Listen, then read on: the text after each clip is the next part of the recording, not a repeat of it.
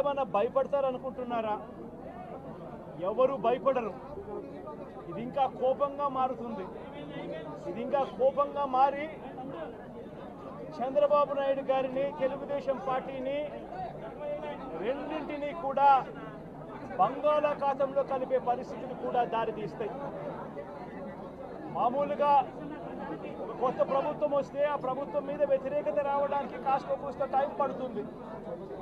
కానీ మొట్టమొదటిసారిగా చూస్తూ ఉన్నాం చంద్రబాబు నాయుడు గారి మీద వ్యతిరేకత అన్నది చాలా ఫాస్ట్గా పెరిగిపోతూ ఉంది. నిజంగా ముఖ్యమంత్రిగా ఉన్న వ్యక్తి గవర్నెన్స్ మీద ఫోకస్ పెట్టాల్సింది పోయి ఏం చేస్తూ ఉన్నాడు అన్నది ఒక్కసారి తనను తాను ప్రశ్నించుకోవాలి అని అడుగుతా ఉన్నా.